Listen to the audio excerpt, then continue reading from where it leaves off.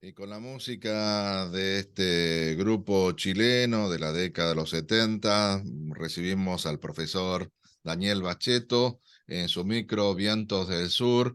Muy buenos días, Daniel, tanto tiempo. ¿Cómo anda usted? Muy bien, muy bien. Esperaba verlo en la fiesta del chamamé en la Plaza Yo, San Martín de Arroyo Leyes, yo pero no te encontré. estuve presente, comí una empanada de pescado, estuve tomando algunas gaseosas.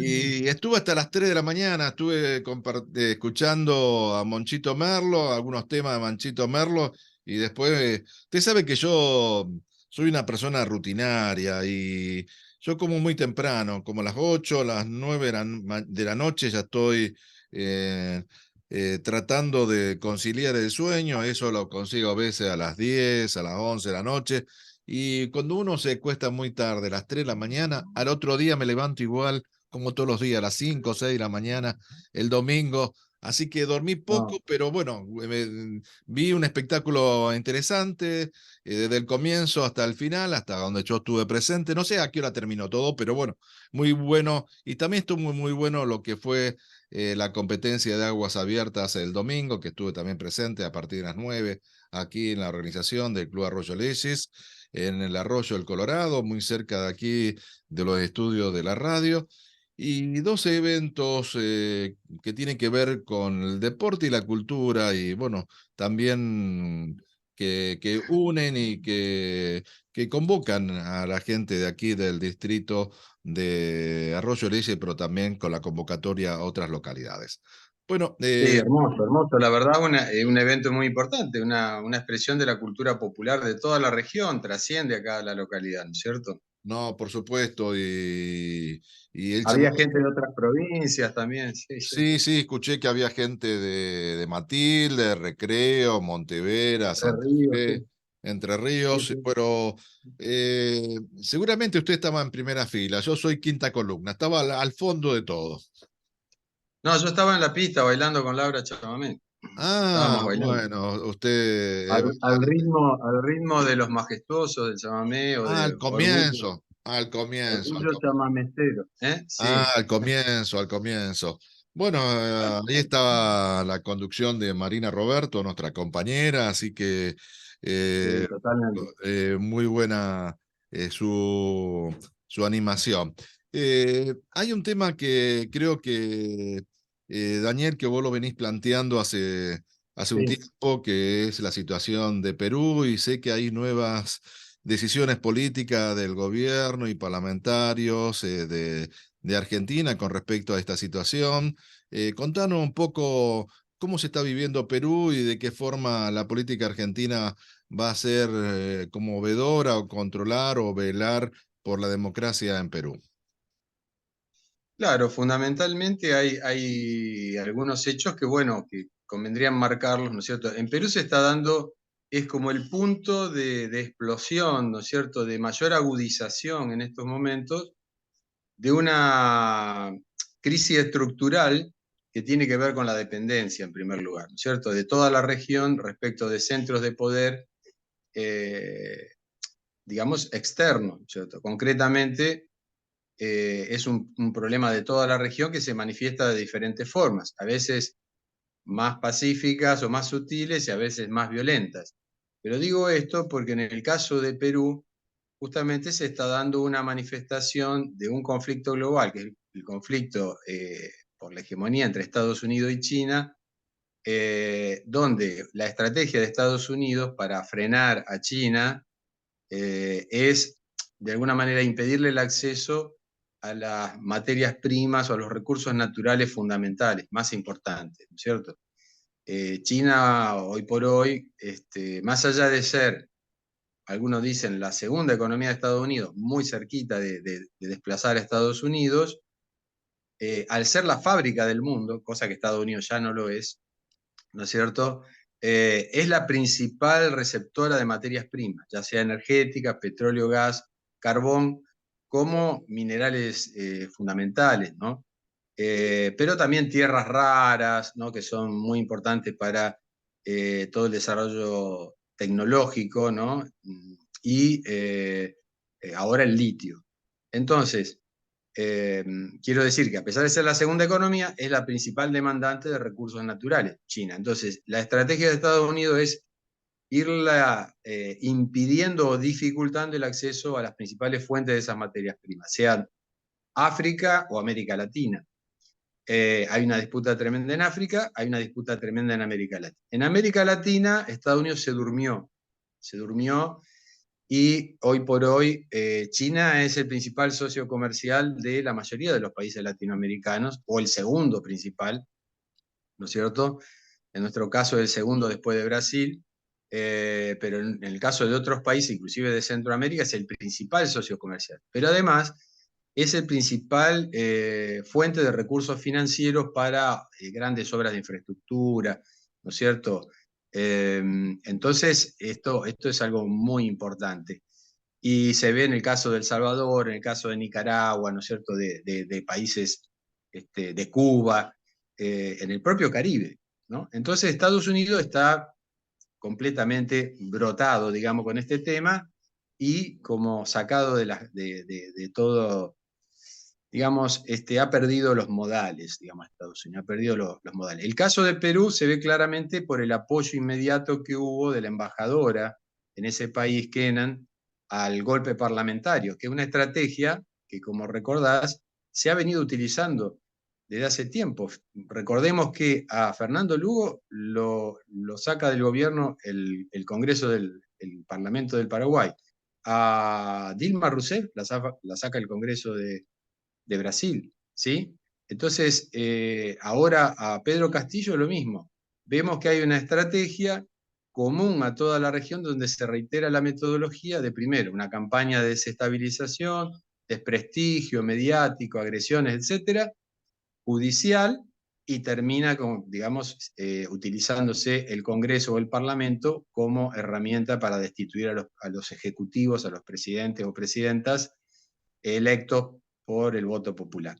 Y el Eh, ejército reprimiendo como en otras épocas. claro, totalmente. El caso del ejército de Perú es realmente muy grave, porque el ejército de Perú, desde hace años, digamos, desde los 90, desde esa especie de dictadura disfrazada que fue el gobierno de Alberto Fujimori, eh, que gobernó con una fuertísima represión interna y por eso está preso todavía Alberto Fujimori.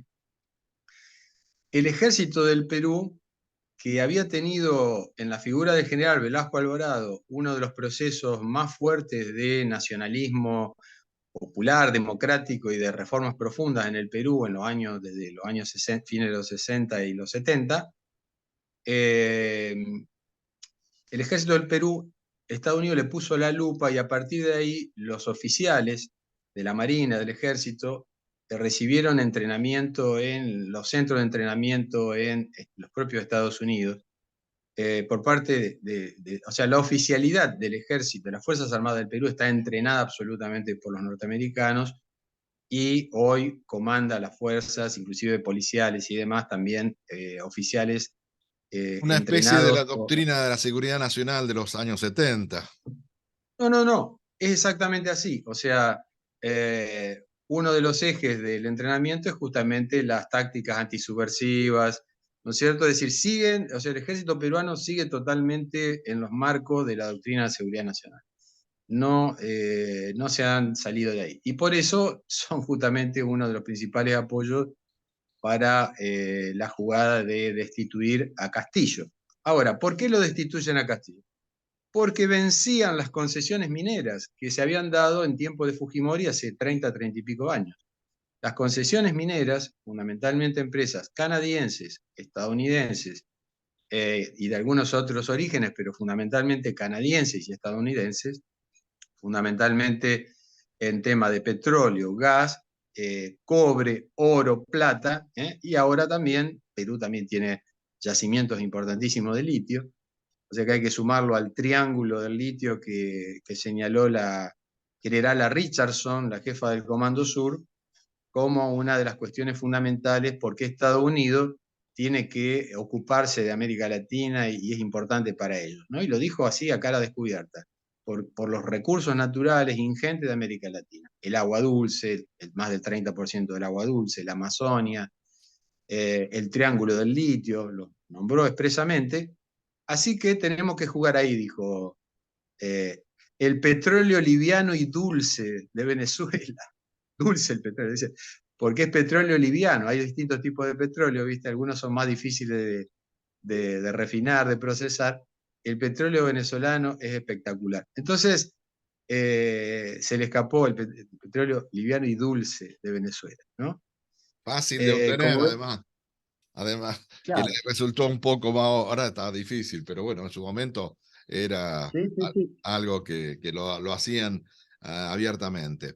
Eh, bueno, Aldo, entonces, en sí, síntesis, lo que está pasando es eso, es un golpe de Estado propiciado en esta disputa geopolítica global por Estados Unidos y políticos profundamente corruptos, como son los que están en estos momentos ocupando los lugares institucionales en el Congreso de Perú, que es corrupto desde hace años, no de ahora, profundamente corruptos, y que están atornillados las bancas y no quieren adelantar la fecha de las elecciones. Que hasta la propia ex vicepresidenta en ejercicio de la presidencia, Dina Boluarte, finalmente había cedido a adelantar las elecciones que iban a ser en abril del 2024 a octubre de 2023. Y de alguna manera se había planteado, y nos vamos todos. O sea, no, me voy yo, pero también se van ustedes, los congresistas, para que haya una nueva votación y se elija completamente el poder legislativo también, que está profundamente corrompido y desprestigiado y es rechazado por el pueblo peruano. Argentina tuvo una postura correcta, firme desde el principio, defendiendo la institucionalidad y reconociendo como legítimo presidente a Castillo, y que se estaba ante un golpe por parte del Congreso frente a Castillo, que fue votado absolutamente, ¿no es cierto?, en segunda vuelta. Entonces, tanto Argentina como México, Colombia, Chile y Bolivia se manifestaron firmemente en defensa de la legalidad del gobierno de Castillo y pidiendo una salida política negociada y dialogada inmediata, ¿cierto? Y que cese la represión. Como esto no ocurrió y la represión ya se cobró más de 60 víctimas, por lo menos lo que se sabe, ¿no? Más otras que todavía seguramente van a aparecer porque hay muchos bloqueos de carreteras y minas en el interior y eso, la información no llega de manera fluida y la vamos a ir conociendo a través del tiempo. Pero decía, Argentina ha adoptado una postura muy firme y esto ha impactado hasta en un organismo como la OEA, que ante el cariz que están tomando los acontecimientos está presionando al Congreso del Perú para que haya una convocatoria y una salida política, porque la evolución de esto puede ser muy terrible. O sea, se va a una especie de caos absoluto, ¿no es cierto?, del Perú, donde, por lo tanto, el trabajo de las multinacionales mineras se vuelve imposible, ¿cierto?, en esas condiciones, o un estallido porque hasta ahora las manifestaciones populares indígenas han sido pacíficas. Es decir, acá los muertos lo está poniendo el pueblo, ¿no? Un solo policía murió en todos estos episodios que llevan más de un mes, movilizaciones en todo el país reprimidas violentamente. O sea, el pueblo no está utilizando armas, no hay grupos armados del lado de la protesta, se reivindica la protesta pacífica, pero uno dice, ¿hasta cuándo va a pasar esto? ¿Hasta cuándo va a tardar en aparecer algún grupo que diga, bueno, no, esto no va para más, nos están matando? Entonces, el riesgo de un grado, una espiral de violencia creciente es muy grande. Es necesaria una salida política, pero no se ve muy bien, muy claro cómo debería ser en los términos que plantea el reclamo popular, o sea, adelantamiento de elecciones, elecciones no solo del Ejecutivo, sino también del Congreso, o sea, completamente, renuncia de los congresales actuales, y convocatoria en Asamblea Constituyente para abolir definitivamente la constitución fujimorista del año 93, que aún rige. Argentina está jugando diplomáticamente y también hay grupos de representantes de organismos de derechos humanos, organizaciones sociales, partidos políticos, que están viajando a Perú para, de alguna manera, hacer de un factor de presión y de veedores de lo que está ocurriendo y poder informar desde el lugar de los hechos, lo cual me parece muy bien, un acto valiente y además necesario. Así que, bueno, vamos a ver. También hubo un comunicado reciente de los curas en Opción por los Pobres, también están yendo a Perú, un grupo. O sea, hay una cantidad de instituciones que se han movilizado en Argentina porque nosotros tenemos lazos muy fuertes con el pueblo peruano, ¿no? No solo la figura de José de San Martín, ¿no? También la guerra de Malvinas. Sí, la guerra de Así que Malvinas se bueno, manifestó. Un solo detalle, vos hablaba de los sí, movimientos indígenas y no podemos dejar de lado lo que significó también la universidad, la represión, la entrada de los militares con las tanquetas a la universidad y esto lo que significa, ¿no? La represión también de el pensamiento crítico, el pensamiento de los jóvenes, la no participación. Creo que esto también es simbólico y creo que de aquí en más las condiciones se van a ir agudizando. Y en un marco internacional tan difícil, no sé si podemos también mencionar el tema del globo, ¿no? Y del F-16 que tumbó el globo meteorológico chino y tanta parafernaria para hacer que Estados Unidos nuevamente esté en el escenario mundial y en esta cuestión tan en la puja con China, ¿no? Una mención especial, si podemos cerrar con esto, Daniel, por favor. sí, cómo no. Respecto del desalojo de la Universidad de San Marcos, que es la más antigua del Perú y una de las más antiguas de toda la región desde la época hispánica, la Universidad de San Marcos, eh, es un episodio tremendo porque en realidad en la universidad se encontraban solo estudiantes y indígenas, grupos de indígenas que habían venido de las diferentes regiones, sobre todo del sur del Perú, marchando sobre Lima y estaban alojados transitoriamente ahí y nos retrotrajo a las peores épocas de las dictaduras latinoamericanas, ¿no es cierto? Porque evidentemente fue una represión totalmente brutal, innecesaria, y así se lo hizo saber inclusive por un pronunciamiento de la Comisión Interamericana de Derechos Humanos, que severamente exigió al gobierno del Perú que cese ese tipo de represión, y además marcó algo que vos decís justamente, el tema del racismo. Es decir, hay un componente racista explícito en las élites peruanas y en el accionar de las fuerzas de seguridad, donde, digamos, a la represión se suma el desprecio, la humillación, ¿no es cierto?, el escarnio de los pueblos indígenas, que son mayormente los que están marchando desde el interior hacia la capital en reclamo de lo que estábamos hablando, ¿no es cierto?, de la vuelta de la democracia al Perú. Entonces, por un lado eso. Por otro lado, de los globos, y bueno, yo te diría una cosa, no sé esos globos para qué servían, pero sí, lo que sí sé es que en este escenario de confrontación geopolítica global, donde se definió a China como el enemigo estratégico por parte de Estados Unidos y por lo tanto de la OTAN, eh, Estados Unidos utiliza de manera propagandística ciertas cuestiones que son habituales. Es decir, espiar a los otros es una práctica muy antigua, milenaria te diría, pero bueno, que en el siglo XX, en la época de la Guerra Fría, todos conocemos los famosos aviones de espía de Estados Unidos, algunos de los cuales fueron los que detectaron, por ejemplo, la presencia de los misiles en la isla En de Cuba y Cuba.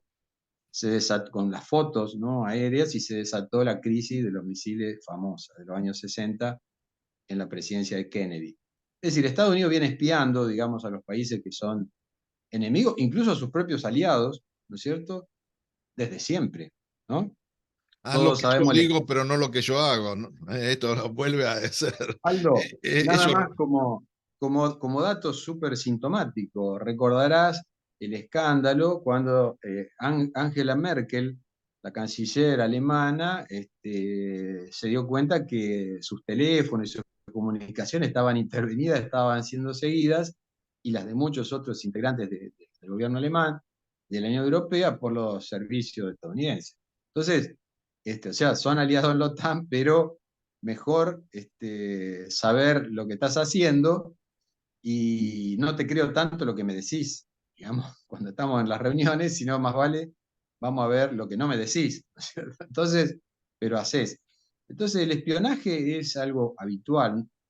El escándalo que se generó a nivel mediático es nada más que una campaña de guerra psicológica, digamos, en un momento de fuerte tensión por el caso de Taiwán, y bueno, y que Estados Unidos está queriendo demonizar de alguna manera a China para empezar a aislarla internacionalmente. Entonces, se está creando un cuco. Yo creo que es una estrategia que la vamos a ver que va a proliferar en los próximos tiempos, noticias y cosas mostrando aspectos horribles de China, bueno, porque es un régimen autoritario, y qué sé yo, porque bueno, hay una estrategia de demonización, de poner a China en un lugar espantoso, porque es el enemigo estratégico y hay Así que es. desprestigiarlo. ¿Qué va a Daniel, hacer? como siempre, muchas gracias por tu tiempo. Sé que tenés otros compromisos, así que te liberamos y muchas gracias y te esperamos nuevamente la próxima semana. Un abrazo grande. Pero No, un saludo. me tendría que haber mandado un mensajito en la Plaza San Martino y hubiésemos compartido ahí un choripán, aunque sea. Pensé que te iba a ver porque me di varias vueltas, pero había mucha gente. La verdad Mucha gente, no realmente. nos cruzamos. La No nos próxima vimos. vez te mando un mensaje. Dale, un Un abrazo abrazo y fuerte. saludo a tu audiencia. Muchas gracias Chao. a todos. Chao.